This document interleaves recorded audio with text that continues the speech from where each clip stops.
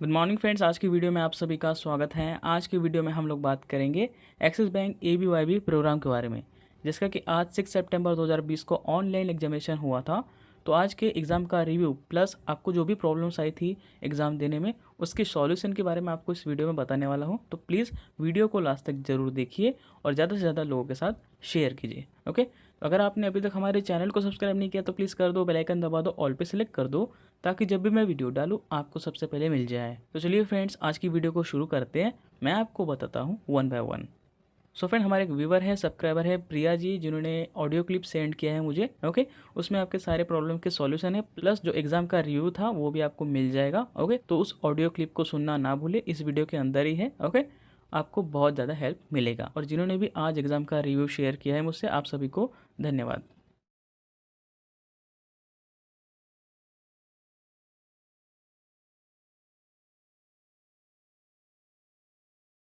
तो गाइस, जैसे कि हम जानते हैं कि ABYB के एग्ज़ाम होने शुरू हो गए हैं और मेरा भी एग्ज़ाम था। मेरा एग्ज़ाम 5 सितंबर 2020 को था, जिसका टाइम था 3 to 6 स्लॉट का।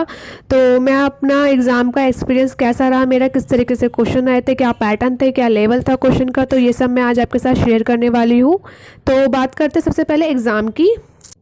जो एग्ज़ाम था वो overall easy to moderate level का था। मैं उसे डिफ़िकल्ट नहीं कहूँगी, एग्ज़ाम जो है इजी था। ठीक है, तो सबसे पहले जो क्वेश्चंस थे, जैसे हम सभी जानते हैं 4 सेक्शन है। इंग्लिश है, उसके बाद हमारे पास रीजनिंग आता है, फिर हमारे पास क्वांट आता है और फिर हमारे पास पर्सनैलिटी डेवलपमेंट के क्वेश्चन आते हैं। ठीक है, तो एक एक करके सारे सेक्शन उठाते हैं, उसके बारे में डिटेल बात करते हैं किस तरीके से एग्ज़ाम था। तो इंग्लिश की बात करूँ मैं सबसे पहले, तो देखो गाइस, हम सभी जानते हैं कि इंग्लिश में जो है पैसेज आते हैं, वो 2 पैसेज होते हैं, उनको पढ़ के आंसर करना होता है। उनके सभी आंसर हमारे पैसेज में छुपे होते हैं। ठीक है, तो पैसेज जो है वो लेंथी होते हैं। और अगर कोई सोच रहा है कि जो पैसेज है वो स्टोरी बेस्ड पैसेज है, तो ऐसा नहीं है, वो इकोनॉमिकली बेस्ड पैसेज होते हैं। पैसेज जो होते हैं वो अच्छे इंग्लिश के होते हैं। तो इसके लिए आप की इंग्लिश रीडिंग और दोनों ही बहुत अच्छी होनी चाहिए। मतलब आपको वोकैबलरी पे भी फोकस करना है, साथ ही के साथ आपकी रीडिंग हैबिट भी अच्छी होनी चाहिए। ठीक है, तो इसके लिए आप हिंदू एडिटोरियल न्यूज़पेपर अटेंड करिए। देखो गाइस, क्या होता है, न्यूज़पेपर रीड हम करते हैं या हिंदी न्यूज़पेपर जो है, अगर उसके लेक्चर जो यूट्यूब पे मिलते हैं हम उसे अटेंड कर दे, तो एक तो हमारी रीडिंग हैबिट अच्छी होती है, साथ ही साथ हमारी वोकैबलरी भी अच्छी होती है और हमें नॉलेज भी एनहेंस होती ही रहती है। तो उसके लिए मैं यही एडवाइस करूँगी कि आप हिंदू न्यूज़पेपर जो है उसे रीड करिए और फिर आपको थोड़ा बहुत जो है इंप्रूवमेंट देखने को मिलेगा ज़रूर। ठीक है, तो इंग्लिश का ये था। बाकी जो क्वेश्चन थे वो फिलर से थे, एंटोनियो सिनोनिम्स के क्वेश्चन थे, एरर डिटेक्शन के क्वेश्चन थे। मेरे साथ यही सारे क्वेश्चन थे मेरे एग्जाम में, और प्लस में एक दो जो क्वेश्चन थे वो रीअरेंजमेंट के क्वेश्चन थे कि सेंटेंस जो होता है वो लगभग रीअरेंज करना होता है, उसको 4 पार्ट्स में तोड़े रखता है, तो ये रीअरेंजमेंट के क्वेश्चन होते हैं। ठीक है, तो ओवरऑल इंग्लिश के सेक्शन में कहूँ तो ईजी टू मॉडरेट लेवल का था। मैं उसे डिफिकल्ट नहीं कहूँगी, ईजी टू मॉडरेट लेवल का था, लेकिन पढ़ना आपको पड़ेगा ही। सबसे पहली बात आपकी रीडिंग अच्छी होनी चाहिए। ठीक है, और अब बात करते हैं रीजनिंग की। तो गाइस, रीजनिंग का जो एग्ज़ाम था वो तो बहुत ही ज़्यादा इजी एग्ज़ाम था। इजी टू मॉडरेट भी मैं नहीं कहूँगी, इजी एग्ज़ाम था, क्योंकि इजी क्वेश्चंस उसमें सारे आए हुए थे। मेरे एग्जाम में जो क्वेश्चन आए हुए थे वो कॉर्डिंग और डिकॉर्डिंग के क्वेश्चन थे, ब्लड रिलेशन के क्वेश्चन थे, डायरेक्शन एंड डिस्टेंस के क्वेश्चन थे और साथ ही साथ इनइक्वालिटी के क्वेश्चन थे। ठीक है, कोई भी मेरे एग्जाम में पजल नहीं आया था, स्लोक्स नहीं आया था, रैंकिंग ऑर्डरिंग के क्वेश्चन नहीं आए थे। एग्जाम ओवरऑल रीजनिंग का बहुत ही ज़्यादा ईजी था। अब बात करते हैं कोडिंग और डिकोडिंग के क्वेश्चन किस तरीके से थे। इसे हमने देखा है कि जो कोडिंग और डिकोडिंग के क्वेश्चन होते हैं कुछ इस तरीके से होते हैं। स्टेटमेंट दी रहती है हमें 3-4, और हर एक स्टेटमेंट में 3-4 शब्द होते हैं जो कि अलग अलग उसमें कोडेड हुए रहते हैं। तो इस तरीके के क्वेश्चंस नहीं आए थे। जो क्वेश्चंस आए थे बहुत ही ज़्यादा ईजी थे। जैसे कि एक वर्ड है रिमोट, उसको कोडेड कर रखा था उन्होंने, सपोज कोडेड रिवर्स कर रखा है, तो फिर तुम्हें देगा कंप्यूटर वर्ड देगा, कहेगा इसको इसी पैटर्न में कोडेड करो। तो इस तरीके से क्वेश्चन था कोडिंग और डिकोडिंग के। ठीक है, अब बात करते हैं इनइक्वालिटी के क्वेश्चंस किस तरीके से थे। इनइक्वालिटी के जो क्वेश्चंस थे वो भी कोडेड हुए हुए थे, जैसे कि परसेंट का साइन ग्रेटर के इक्वल है, हैशटैग ये स्मॉलर के इक्वल है, इस तरीके से थे कोडेड इनइक्वालिटी के क्वेश्चन, मतलब इनइक्वालिटी कोडेड हुई हुई थी। ठीक है, और अब बात करते हैं हम डायरेक्शन डिस्टेंस के क्वेश्चन। डायरेक्शन डिस्टेंस के क्वेश्चन भी बहुत ज़्यादा ईजी थे, ऐसा नहीं था कि वो ज़्यादा डिफिकल्ट है, सिंपल थे कि कोई पर्सन है वो मूव करता है फिर लेफ्ट राइट जाता है, तो बताओ कौन सी डायरेक्शन में है उसका फेस, या फिर इस तरीके से थे क्वेश्चन थे कि शॉर्टेस्ट डिस्टेंस निकालो, जो पाइथागोरस थ्योरम लगा के हम कैलकुलेट करते हैं, तो उस तरीके से क्वेश्चन थे। ब्लड रेस के क्वेश्चन भी बहुत ईजी थे, डिफिकल्ट नहीं था, आसानी से बन रहा था, कोई भी मुश्किल नहीं था। ओवरऑल रीजनिंग का जो सेक्शन था वो ईजी था, बिल्कुल ईजी टू मॉडरेट भी नहीं कहूँगी, वो बिल्कुल ही ईजी सेक्शन था। ठीक है, 14 क्वेश्चन आते हैं, 14 मिनट्स मिलते हैं रीजनिंग के लिए। टाइम सफिशिएंट है गाइस, टाइम को मैं नहीं बोलूँगी कि टाइम हमें जो है कम मिल रहा है या हम नहीं कर पा रहे, ऐसा कुछ नहीं था। ठीक है, इंग्लिश के सेक्शन के लिए भी टाइम सफिशिएंट है अगर आपकी रीडिंग हैबिट अच्छी होती है तो। उसके बाद बात करते हैं क्वांट की क्वेश्चन गाइज मैं मानती हूँ थोड़ा ट्रिकी आ रहे हैं, लेकिन ऐसा भी नहीं है कि आप बिल्कुल कर ही नहीं पाएंगे। मेरे जो एग्जाम में क्वेश्चन आए थे वो इजी टू मॉडरेट लेवल के ही थे, मैं उन्हें डिफिकल्ट नहीं कहूँगी, ठीक है। तो बात करते हैं मेरे एग्जाम में कौन कौन से क्वेश्चन थे। एक तो टाइम एंड वर्क से क्वेश्चन था, compound interest and simple interest से क्वेश्चन थे, ए से रिलेटेड क्वेश्चन थे, फ्रैक्शन से रिलेटेड क्वेश्चन थे, नंबर सीरीज से रिलेटेड क्वेश्चन थे। बाकी ओवरऑल एग्जाम इजी था, ठीक है। तो अगर मैं बात करूँ कि नंबर सीरीज के क्वेश्चन किस तरीके से थे, तो गाइस देखो नंबर सीरीज के क्वेश्चन वाले मिसिंग वाले थे कि हमें सीरीज दी रहती है, उसमें से एक डिजिट जो है मिसिंग होता है, तो आपको उसे कंप्लीट करना होता है। रॉन्ग नंबर सीरीज नहीं आई थी। फ्रैक्शन से भी एक दो क्वेश्चन आए थे मेरे एग्जाम में, बाकी क्वेश्चन ओवरऑल ईजी थे। ट्रेन से रिलेटेड क्वेश्चन नहीं आया था, ट्रेन से रिलेटेड मेरे एग्जाम में तो नहीं आया था क्वेश्चन। यूनिट डिजिट से रिलेटेड भी कोई क्वेश्चन नहीं आया था, ठीक है। एक बात और मैं आपको बता दूं, अगर कोई सोच रहा है कि एग्जाम जो है वो हिंदी में भी हो जाएगा या मैं हिंदी में अटैम्प्ट कर लूँगा, तो ऐसा नहीं है। इस गलतफहमी में मत रहिएगा, क्योंकि जो एग्ज़ाम है वो इंग्लिश लैंग्वेज में ही था और आपको इंग्लिश में ही अटैम्प्ट करना है, ठीक है। और अब चलते हैं हम पीडी की तरफ। पर्सनैलिटी डेवलपमेंट के जो क्वेश्चन थे वो किस तरीके से थे। पर्सनैलिटी डेवलपमेंट के क्वेश्चन भी गाइज मैं कहूँगी बहुत ज़्यादा ईजी थे, कोई डिफिकल्ट नहीं थे, इजी टू मॉडरेट लेवल के थे। और इनकी अप्रोच भी मैं आपको बता देती हूँ कि आप किस तरीके से इन्हें करना है। देखो गाइज कभी कभी क्या होता है, जो भी क्वेश्चन हमसे पूछा जाता है ना, वो उसको 2-3 बार घुमा देता है। जैसे कि मेरे से क्वेश्चन पूछा गया था कि कोई एक समय में अगर आप एक से ज़्यादा मल्टीपल वर्क मतलब कर सकते हैं, और फिर इसी क्वेश्चन को घुमा के मेरे से पूछा गया कि अगर कोई पर्सन है एक से ज़्यादा मतलब मल्टीपल वर्क करता है एक टाइम में, तो क्या उसका काम जो वो सक्सेसफुल होता है नहीं होता। इस तरीके के क्वेश्चन थे। इजी टू मॉडरेट लेवल के क्वेश्चन ही कहूँगी मैं इन्हें, क्योंकि ईजी थे और आसानी से पढ़ के किए जा सकते हैं, ठीक है। तो ओवरऑल एग्जाम का रिव्यू मैं अगर अपनी तरफ से बोलूँ तो exam easy to moderate level का था, ऐसा नहीं था डिफिकल्ट था, हम कर नहीं पाएंगे। बाकी पढ़ना तो आपको तब भी पड़ेगा ही, ठीक है।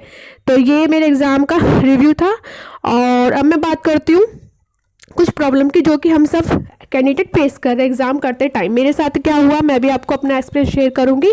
तो गाइज देखो, सबसे पहले तो मैं ये बोलूँगी कि मैंने जब एक्चुअली मेरे एग्जाम का टाइम था 3 to 6, जब मैं एग्जाम देने बैठी तब लगभग टाइम हुआ था 4 या 4:15 बज रहे थे। और मैंने अपना जो है सब कुछ करा, मतलब सारा ID वगैरह डाल के उसे लॉगिन करा एग्ज़ाम करने के लिए, और फिर फॉर्म भी अपीयर हुआ, मैंने उसे फिल करा। उसके बाद मेरा एग्ज़ाम शुरू हो गया। मैंने जैसे ही क्वेश्चन का आंसर किया, तो क्वेश्चन का आंसर करते के साथ ही क्या हुआ, वो एकदम चला गया। मतलब लिखा हुआ आ गया कि fetching your details please wait, इस तरीके से लिखा हुआ आया। और फिर मैं वेट करती रही वैसे तो, लेकिन मैंने थोड़ी देर वेट करा, कुछ भी नहीं हुआ, ना ही वो कट रहा था ना ही कुछ हो रहा था। मैं बहुत परेशान हो गई कि मैं अब क्या करूँ। तो फिर मैंने उसे होम की करके हटा दिया, फिर मैं दोबारा रिस्टार्ट करने की कोशिश करी, तो वो स्टार्ट नहीं हुआ, ठीक है। वो स्टार्ट बिल्कुल भी नहीं हुआ। मैं बहुत देर तक ट्राई करती रही गाइज, और मुझे ट्राई करते करते 5:30 बज गए, ठीक है। फिर उसके बाद मैंने सर को मेल किया कि सर ऐसे ऐसे प्रॉब्लम हो रही है। तो उनका मेल आया, मुझे रिप्लाई किया उन्होंने कि आप ना लाइव चैट करो, वो कोई ना कोई सोल्यूशन जरूर देंगे, आप परेशान मत हो। तो उसके बाद उन्होंने लाइव चैट करा, लाइव चैट से मुझे हेल्प मिली। तो अब लाइव चैट का एक्सपीरियंस मेरा कैसा था मैं वो भी आपके साथ शेयर कर रही हूँ, क्योंकि कैंडिडेट को बहुत प्रॉब्लम फेस करनी पड़ रही है, ठीक है।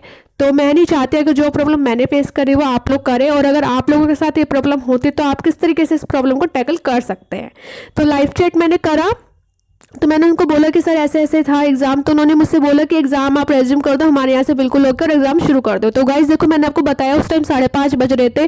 तो मैंने बोला कि सर एग्जाम का जो टाइम था वो तो 3 to 6 था, अब तो मेरे पास केवल 30 मिनट्स ही लेफ्ट है, और मैं एग्जाम कैसे करूँगी 67 मिनट का एग्जाम, क्योंकि मैंने एक भी क्वेश्चन या एक भी सेक्शन नहीं करा था तब तक। तो उन्होंने बोला नहीं, हर एक कैंडिडेट को जो टाइम दिया गया उसी में आपको फिनिश करना, एग्जाम आप शुरू कर दो, जल्दी से जल्दी अपना फिनिश कर देना। तो मैंने बोला नहीं सर, मैं ऐसे नहीं कर पाऊंगी, आप मुझे न्यू डेट एंड टाइम नया स्लॉट कर दीजिए प्लीज़। मैंने उनको बहुत रिक्वेस्ट किया, फिर उसके बाद उनका रिप्लाई ही नहीं आया। फिर उनका मैंने मतलब 2-3 मैसेज और एक्स्ट्रा किए कि सर नहीं हो पाएगा, आप खुद ही सोचे कि आधे घंटे में कैसे एग्जाम हो जाएगा। तो फिर उनका रिप्लाई थोड़ी देर बाद आया कि आप अपना यूजर नेम पासवर्ड बताओ। तो मैंने उनको वो शेयर करा। उसके बाद उनका रिप्लाई आया कि एग्जाम बिल्कुल ठीक है हमारी तरफ से, आप एग्जाम को रेज्यूम करके शुरू कर दो, और वो 6 बजे एक्सपायर नहीं होगा। यस, तो वो एक्सपायर 6 बजे नहीं होगा। तो फिर उसके बाद गाइस लगभग ना मुझे बात करते करते 5:45 बज गए थे, मेरे पास 15 मिनट ही थे 6 बजने में। तो जब उन्होंने बोला कि एक्सपायर नहीं होगा तो फिर मुझे थोड़ी तसल्ली हुई, और फिर मैंने एग्जाम शुरू करा। तो मेरा जो एग्जाम लगभग शुरू हुआ वो 6 ही बज रहे थे, 6 बजे के बाद लगभग मेरा एग्जाम शुरू हुआ, और मेरा टाइम था 3 to 6, जो कि मैंने मतलब 6 बजे के बाद मैंने एग्जाम दिया। और उसके बाद फिर मुझे कोई प्रॉब्लम नहीं हुई, मेरा एग्जाम ठीक रहा, ठीक है। और बाकी देखो गाइस क्या है, वो जो लिखा हुआ है fetching your details please wait, इस तरीके से वो आई जाता है, आप थोड़ा वेट करते रहना 5-7 मिनट तो ठीक हो जाता है, घबराना नहीं। और होपफुली मैं आशा करती हूँ आप लोगों का भी एग्ज़ाम भी सब बहुत अच्छा होगा, ठीक है।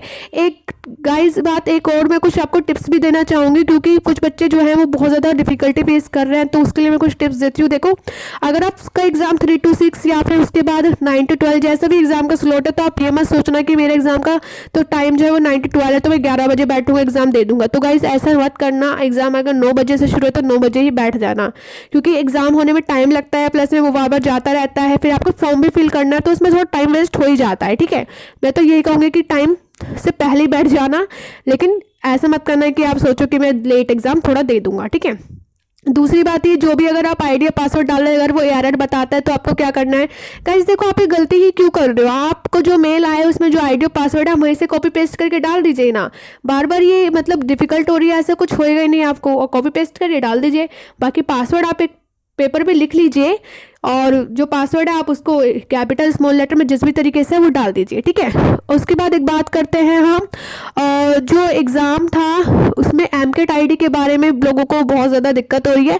एमकेट आईडी का कोई इतना बड़ा रोल नहीं है, इतना परेशान मत होइए। बाकी एमकेट आईडी जो होती है वो आपके मेल में ही आई होती है, मेरे पास भी मेल में आई थी। वो इस तरीके से होती है ABYB 2018 और फिर कुछ कोडेड में लिखा रहता है, लगभग वो 14 डिजिट की बन जाती है, वो एमकेट आईडी होती है। इतना परेशान मत होइए एमकेट आईडी को लेकर, ठीक है। बाकी जो एग्ज़ाम था ओवरऑल ठीक था, बहुत ज़्यादा मैं डिफ़िकल्ट भी नहीं कहूँगी और ना ही ईजी कहूँगी, मॉडरेट लेवल का एग्ज़ाम था, आसानी से क्रैक किया जा सकता है अगर आपने पढ़ाई करी और आपकी रीडिंग हैबिट अच्छी है, आपकी वोकैबलरी अच्छी है, आपकी फास्ट कैलकुलेशन है, स्पीड अच्छी है, तो आप आसानी से क्रैक कर लेंगे, ठीक है। तो बस यही था मेरे एग्ज़ाम का एक्सपीरियंस जो कि मैंने आपके साथ शेयर करा। और एक बात और गाइज, अगर कोई सोच रहा है कि एग्ज़ाम करते टाइम कैमरा ओपन होगा या हमें हमारा फेस जो है डिटेक्ट होता रहेगा, तो ऐसा नहीं है, कैमरा ओपन नहीं रहता है एग्ज़ाम के टाइम, आसानी से आप एग्ज़ाम कर सकते हैं। कॉपी पेन रजिस्टर आप अपने पास रखें, रफ वर्क करके देख लीजिए, कोई दिक्कत नहीं है। इंटरनेट कनेक्शन आपका अच्छा होना चाहिए। और अगर आप एग्ज़ाम, ज़्यादातर कैंडिडेट जो एग्ज़ाम में मोबाइल फ़ोन से दे रहे हैं, मैंने मोबाइल फ़ोन से दिया, स्मार्टफोन से, तो आप कोशिश करिए कि आप वाईफाई ही यूज़ करें, क्योंकि वाईफाई यूज़ करेंगे तो ज़्यादा अच्छा रहेगा। और अपने फ़ोन को डाल दीजिए एयरप्लेन मोड पे। एयरप्लेन मोड पे डालकर क्या होगा कि आपके पास कोई भी कॉल वगैरह नहीं आएगा, तो आपको कोई परेशानी नहीं होगी। या फिर आप DND लगा लीजिए, क्योंकि अगर आप मोबाइल डाटा यूज़ कर रहे हैं तो फिर तो एयरप्लेन मोड पे फ़ोन नहीं डल पाएगा। तो आप एक काम करिए, DND की फैसिलिटी यूज़ करें, DND लगा लीजिए, तो जिससे आपको कोई दिक्कत नहीं होगी। ओके गाइस, ओवरऑल यही मेरा एक्सपीरियंस है जो कि मैंने अपना शेयर करा। एंड बेस्ट ऑफ लक, आपका एग्ज़ाम मुझे पूरी उम्मीद है अच्छा जाएगा, और थैंक यू सो मच, ठीक है।